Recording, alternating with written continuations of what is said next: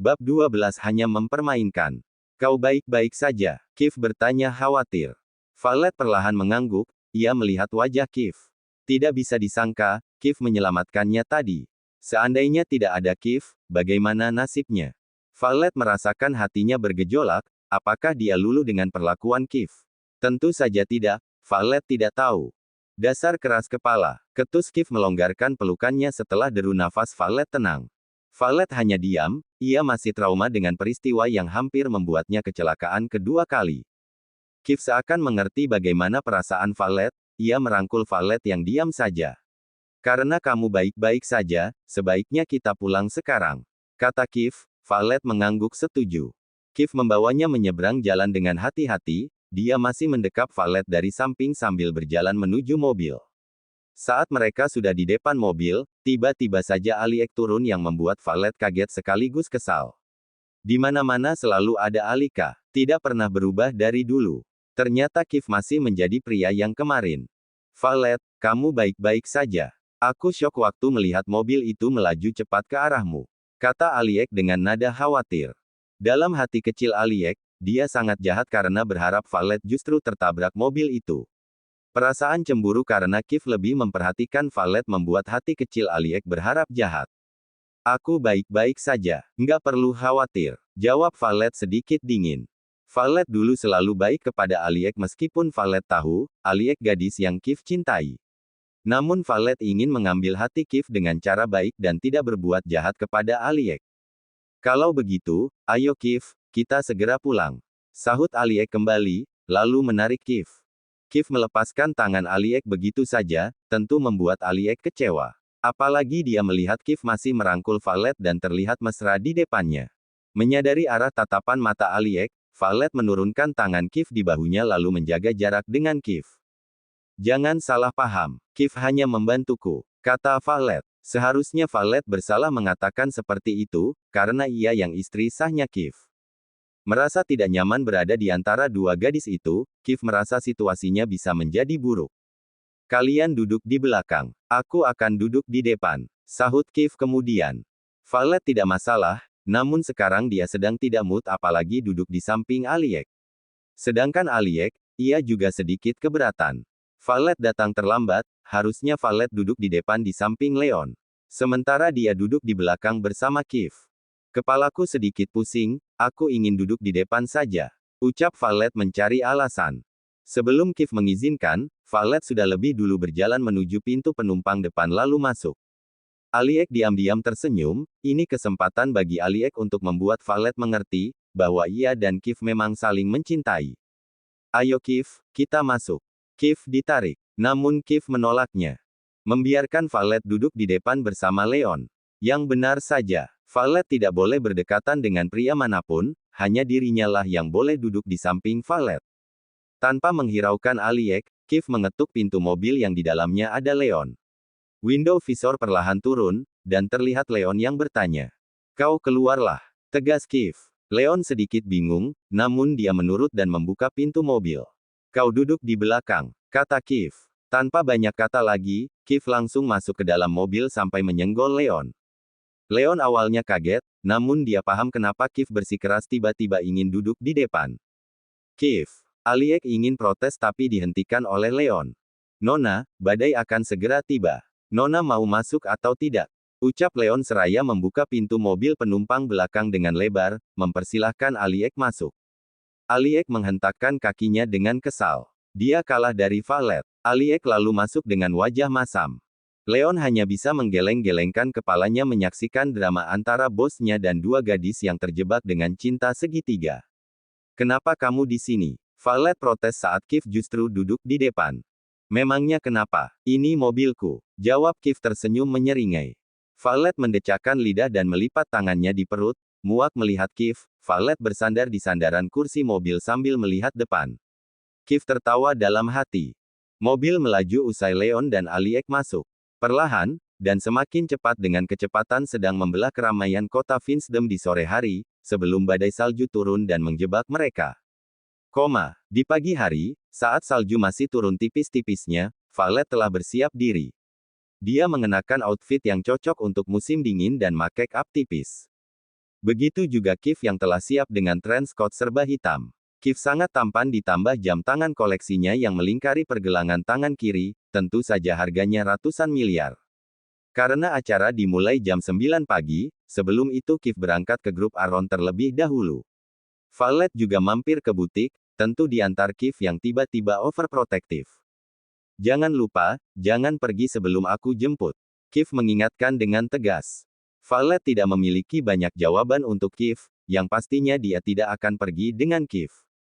Tapi berhadapan dengan Kif langsung, Valet hanya menyetujuinya dan menjawab singkat. Oke. Baiklah, sampai jumpa nanti. Kif lalu membiarkan Valet turun dari mobilnya. Jam setengah 9 lebih, Valet sudah menunggu Kif. Namun Kif tak kunjung datang.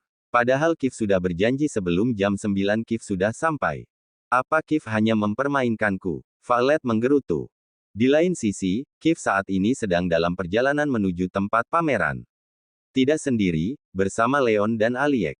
Aliek memaksa Kif untuk langsung datang ke tempat pameran, karena tadi mereka sedang meeting di tempat makan yang tak jauh dari gedung pameran.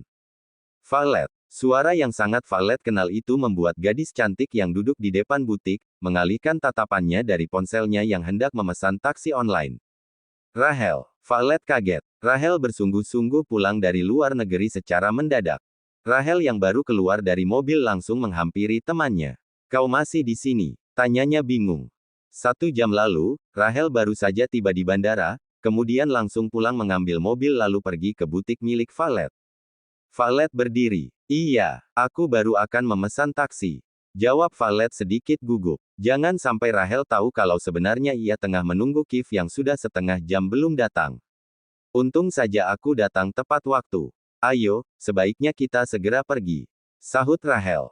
Rahel sungguh teman yang baik sampai membuat Valet terharu, padahal Rahel termasuk orang yang sibuk apalagi anak satu-satunya yang mewarisi grup Victoria. Namun bisa-bisanya dia kembali ke ibu kota hanya untuk menuruti permintaannya yang tidak penting, yaitu menghadiri acara pameran dan berpura-pura menjadi desain Fiora. Mereka sedang dalam perjalanan. Tentu saja mobil yang hanya ada mereka berdua itu tidaklah sunyi dan sepi, meskipun lelah, Rahel masih bisa bersuara dan memecah keheningan di dalam mobil. Sementara Valet, tengah fokus mengendalikan mobil. Sejujurnya Valet sedikit takut, kecelakaan beberapa waktu lalu masih membekas di ingatnya dan membuatnya traumatis. Apalagi Valet harus kehilangan sesuatu yang sangat berharga. Dan semua orang di dekatnya tidak mengetahuinya termasuk Rahel dan Kif. Membutuhkan 15 menit perjalanan, akhirnya mobil yang Valet kendalikan sampai di pelataran gedung pameran yang besar itu. Wah, ternyata ramai juga ya. Sepertinya kita tidak telat. Rahel nampak kagum dengan orang-orang yang berlalu lalang masuk. Tentu saja, acara ini hanya terjadi 1 tahun sekali. Dan kau tahu, apa yang membuat mereka semua tertarik?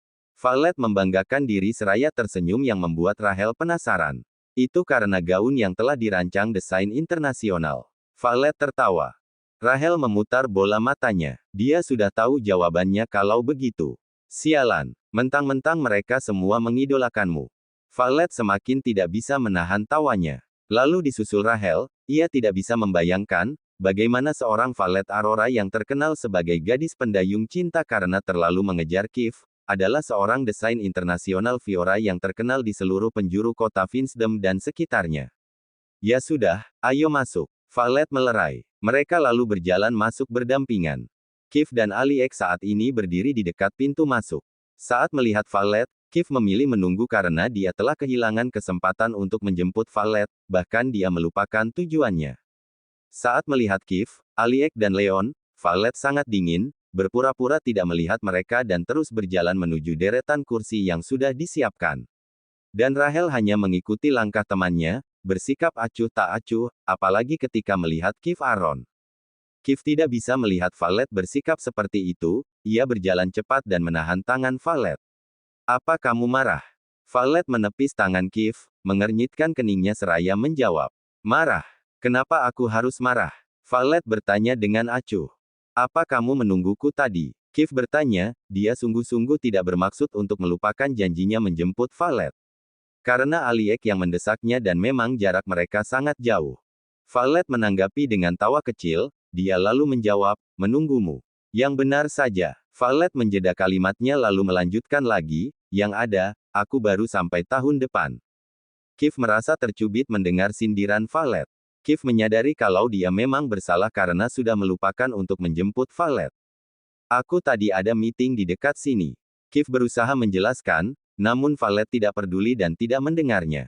Kiev tidak kehabisan akal, karena sudah lupa menjemput Valet, ia ingin menebusnya dengan duduk di sebelah Valet dan membayar barang yang Valet inginkan nanti. Kiev meraih tangan Valet, tapi dengan cepat Valet menyembunyikan tangannya mundur.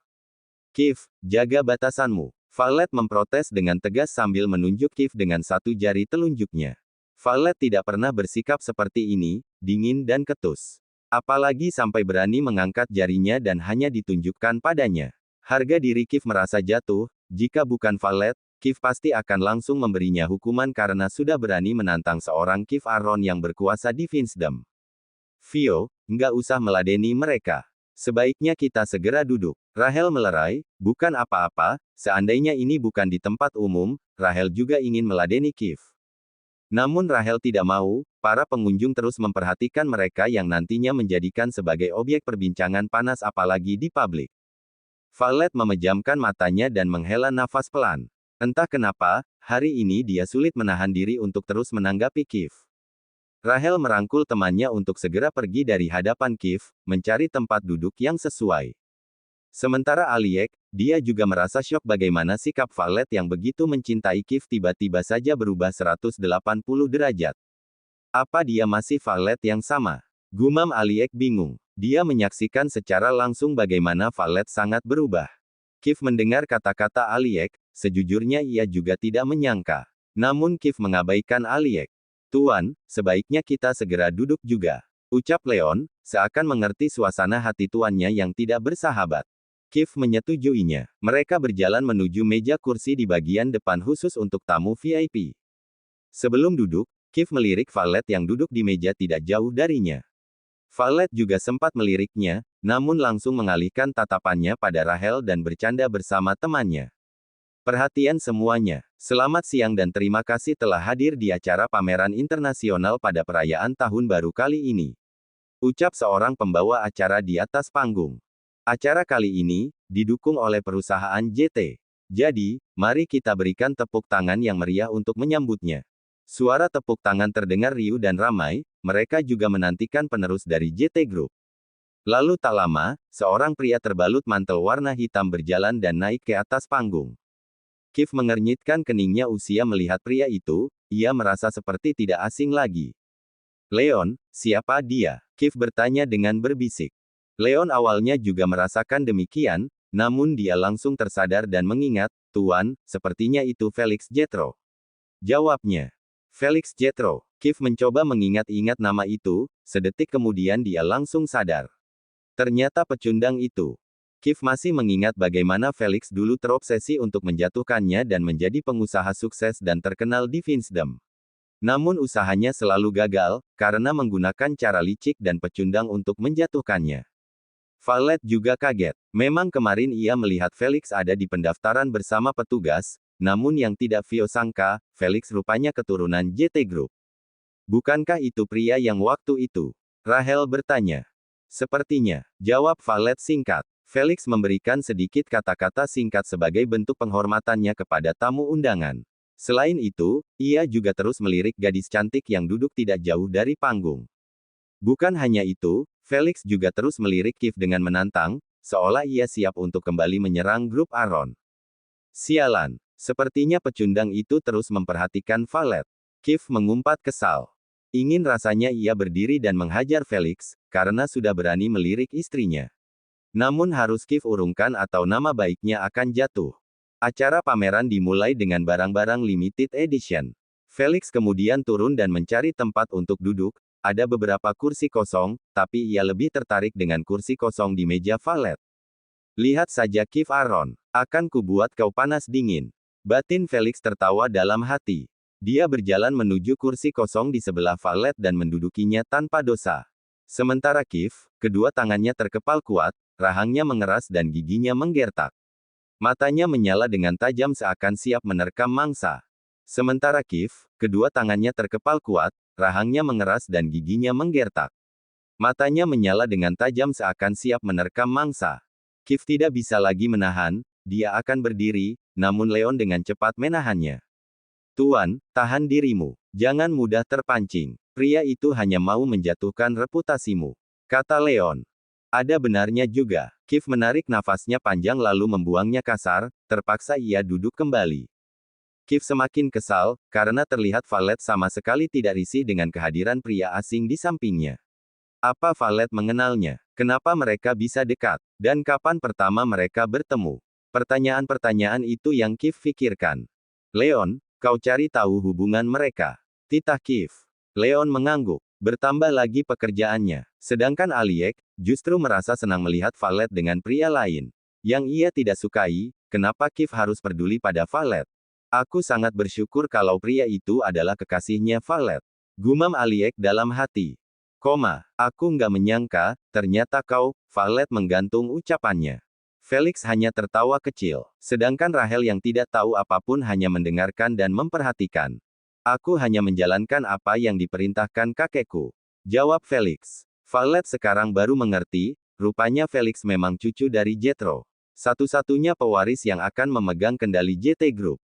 Dengan itu, Felix bisa menyaingi Kiev. Meskipun perusahaan grup JT masih di bawah Kiev, namun Felix sudah merasa unggul. Perhatian, suara seorang pembawa acara membuat suara bisik-bisik yang terdengar di ruangan itu langsung menatap ke sumber suara. Bersambung.